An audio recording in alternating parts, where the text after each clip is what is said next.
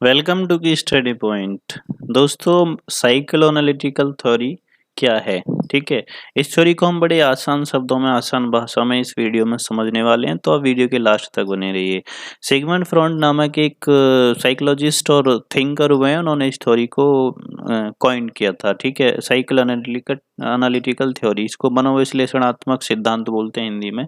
ये जो आर्ट और ह्यूमैनिटीज के सब्जेक्ट होते हैं, उसमें जो आप नेट, यूजीसी नेट, सेट वगैरह की जो प्रिपरेशन करते हैं, तो उस लेवल के क्वेश्चन इस थ्योरी से आते हैं। वो इंग्लिश लिटरेचर की बात करें या बाकी सब्जेक्ट्स की बात करें, तो इस सिद्धांत को हम डिस्कस करेंगे, डिटेल में डिस्कस करेंगे और बहुत आसान भाषा में। तो इसकी डेफिनेशन जान लेते हैं पहले। The psycho analytical theory, the personality theory which is based on the notion.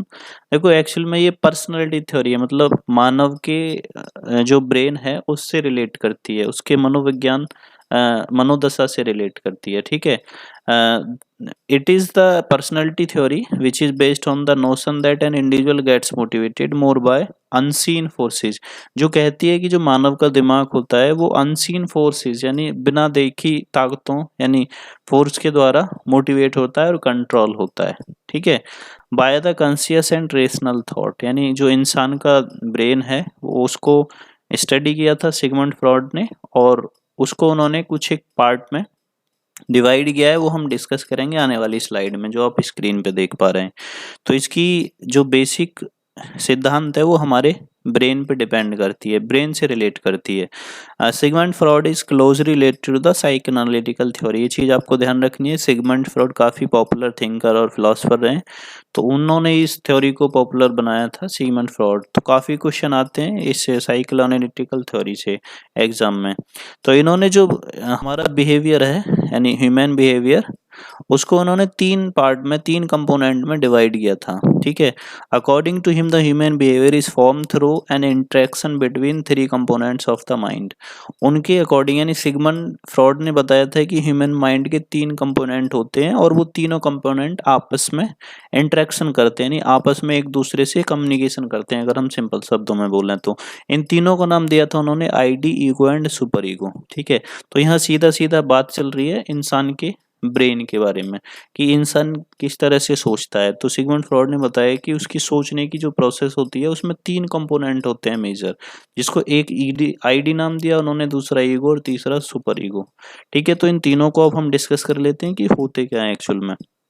ID जो हम बोल सकते हैं कि आई वांट दिस, और सुपर ईगो और देन ईगो। अच्छा, इसको विद एग्जांपल समझ लेते हैं। देखो, सिगमंड फ्रॉइड कहते हैं कि इंसान की तीन बेसिक रिक्वायरमेंट होती हैं, एक भूख, प्यास और सेक्सुअल डिजायर। ठीक है, एक कॉमन नजरिया होता है और I think you all agree with it.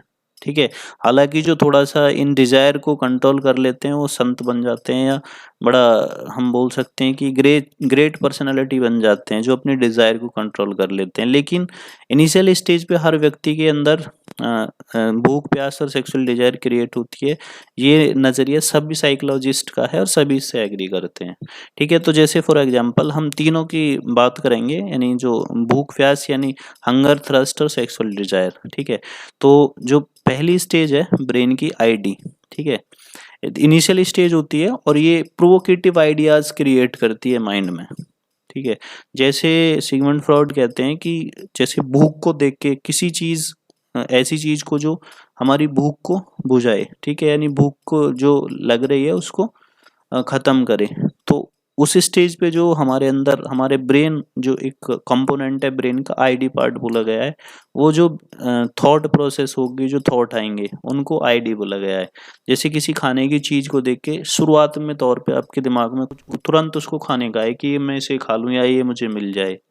ठीक है, जैसे आप किसी सार्वजनिक जगह से गुजर रहे हैं, अचानक आपको भूख लग रही है, कोई आपने महंगी चीज देखी या कोई ऐसी चीज देखी जो खाने की है, और आपका एक साथ मन किया उसको खाने का। ठीक है, तो वो स्टेज हो जाती है आईडी स्टेज बोल सकते हैं हम। वो हमारे ब्रेन का आईडी पार्ट है, इनिशियल पार्ट ऑफ ब्रेन, कि किसी भी चीज को देख के जो खाने की है उसको तुरंत जो वो थॉट निकालता है। ठीक है, जो हम बोल सकते हैं आईडी पार्ट होता है। सेम चीज थ्रस्ट के मामले में, हमको किसी चीज को पीने की प्यास लग रही है, पानी हो, जूस हो या किसी और चीज़ को देख के हमारे अंदर जो इनिशियल लेवल पे जो थॉट आते हैं वो हमारे आईडी पार्ट से निकल के आते हैं। सिगमंड फ्रॉइड कहते हैं कि वो पार्ट होता है हमारा ब्रेन का आईडी पार्ट, आईडी कंपोनेंट। जो 3 कंपोनेंट बताए सिगमंड फ्रॉइड ने, इसमें इनिशियल स्टेज का जो होता है जो बिना कुछ सोचे समझे सिर्फ चीज़ों को देख के हमारी डिजायर को फुलफिल करने के लिए फोर्स करता है। तो ये जो अनसीन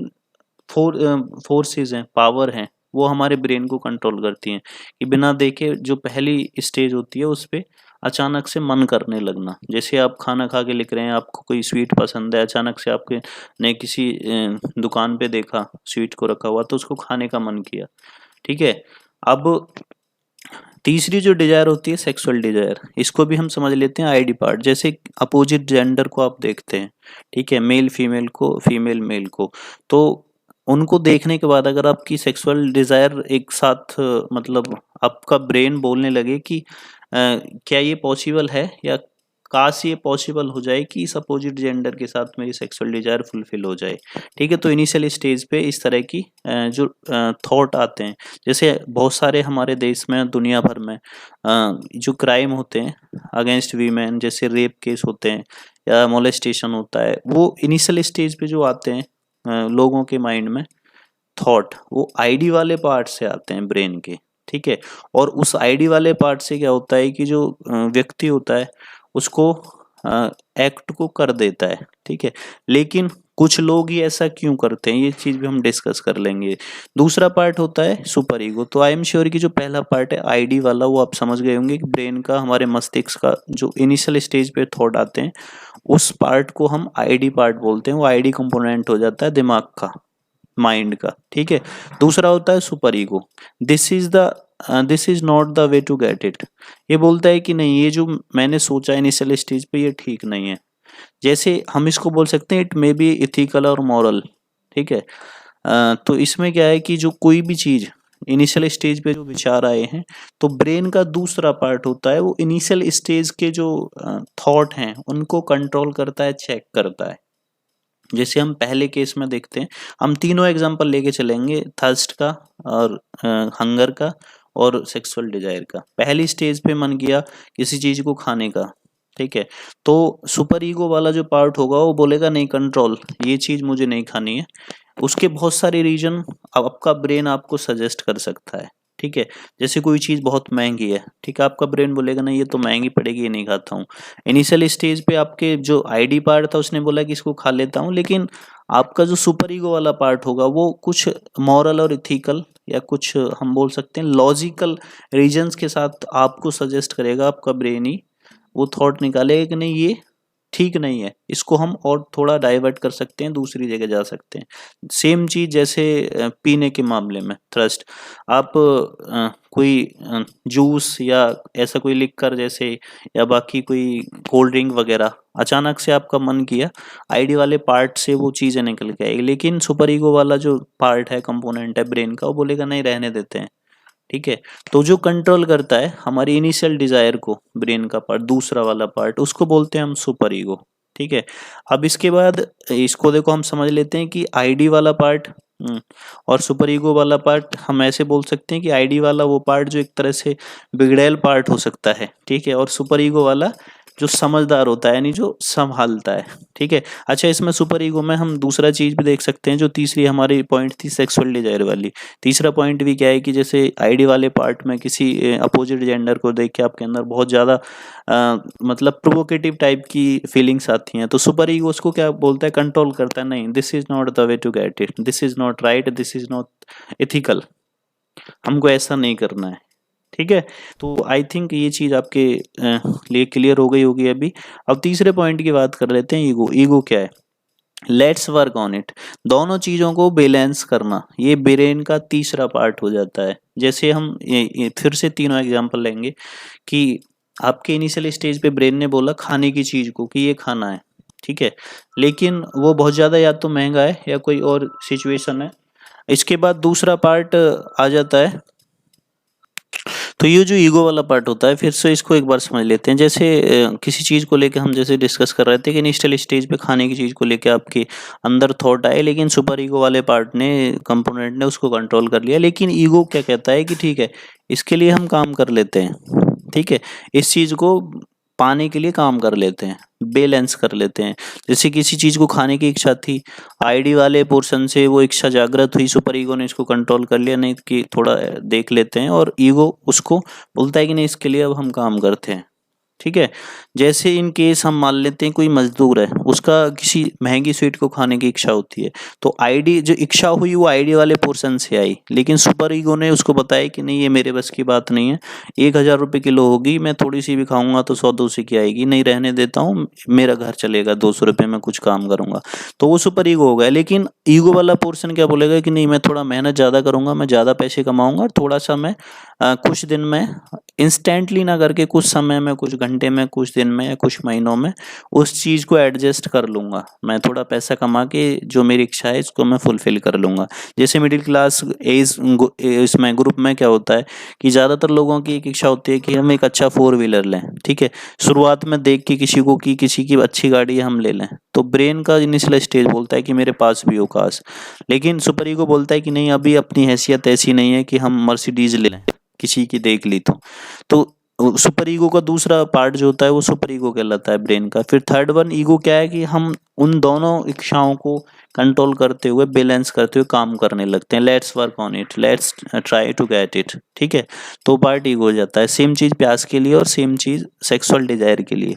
जो इच्छा हुई आपकी इनिशियल स्टेज पे किसी अपोजिट जेंडर को लेके, वो आईडी पार्ट है। सुपर ईगो पार्ट ने उसको कंट्रोल कर लिया कि अनइथिकल है, ये ठीक नहीं है, हमको इसको नहीं, ऐसे नहीं करना चाहिए। लेकिन ईगो क्या करता है, ईगो वाला पार्ट जो ब्रेन का होता है, तीसरा कंपोनेंट, वो बोलता है कि नहीं, इसके लिए हम काम करते हैं। जैसे फॉर एग्जांपल, आपने बहुत सारे एग्जांपल देखे होंगे, एक अपोजिट जेंडर में किसी लड़के ने किसी लड़की को देखा या किसी लड़की ने किसी लड़के को देखा, तो इनिशियल स्टेज पे कुछ थॉट आए, सुपर ईगो ने उनको कंट्रोल कर दिया, नहीं ठीक नहीं है। ईगो फिर क्या करता है, बैलेंस करता है कि अब हम काम करते हैं और इस जेंडर, अपोजिट जो जेंडर है, इसको हम मतलब इसको पाना चाहते हैं, या इसका जो भी हम XYZ इनिशियल स्टेज पे थॉट लेके आए थे उसको फुलफिल करना चाहते हैं, तो वो ईगो कहलाता है। तो ये पूरी प्रोसेस है, ये थ्योरी है पूरी सिगमंड फ्रॉइड की साइको एनालिटिकल थ्योरी, यानी मनोविश्लेषणात्मक थ्योरी, सिद्धांत, ठीक है।